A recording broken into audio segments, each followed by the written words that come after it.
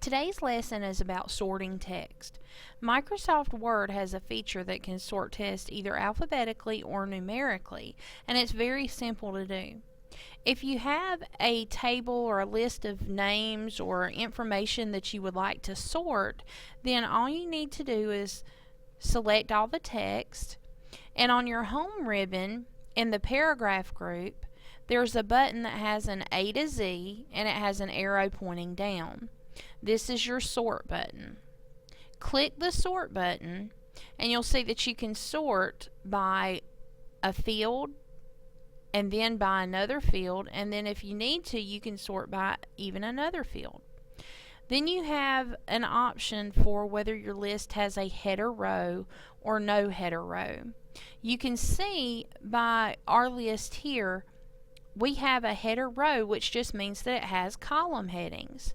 So we want to tell Microsoft Word that our list does have a header row. Now when you do that, you'll notice that it changed up here. Originally it said field 1, and when you click the down arrow you have several other choices here. You can sort by different things. For example, if I just wanted an alphabetical sort, you'd probably want to sort by last name, so I'll choose last name.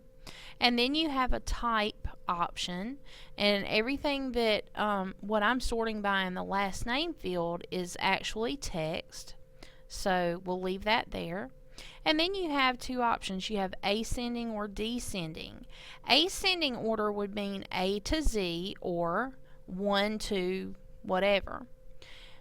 Then you have descending, which will be Z to A, or from the highest number to the lowest. We're going to do ascending, and we already told it that the list has a header row, and then we're going to click OK. And you'll see now that my list is in alphabetical order. You have Carson, Henderson, and then Miller. Alright, let's go back to sort.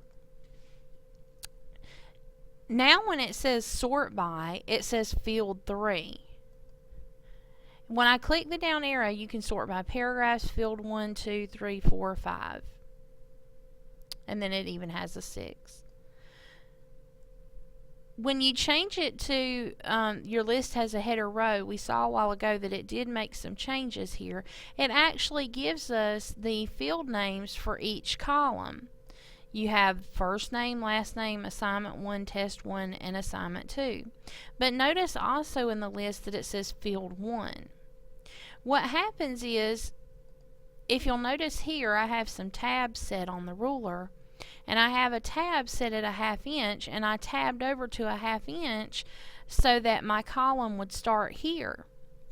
Well, Word sees that this space over here where I press tab, it sees this as also being a column. So if you ever have a list and you press tab before you actually start typing your list, it considers this as field 1, and this would be field 2, 3, 4, 5, and 6.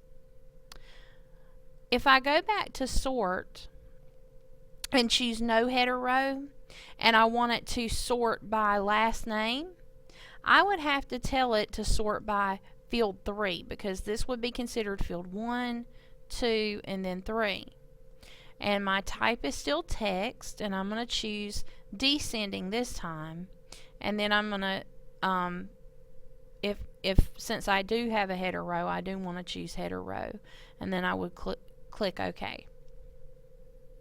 Now what if I wanted to sort by test grade from highest to lowest? Now what I would do is just go back to my sort. This time I'm going to choose header row first, and this time I'm going to choose test 1. And I want it to be descending because I want it to be from highest to lowest. And then I'll click OK. And you'll see now Richard Carson is first because he made the highest grade. He made a 93, and then Sarah an 86, and Cindy made a 73. So you can see that sorting is very simple. Just remember that if you do have column headings, you need to make sure that you always tell it that your list has a header row. Otherwise, it may include your column headings in your sort.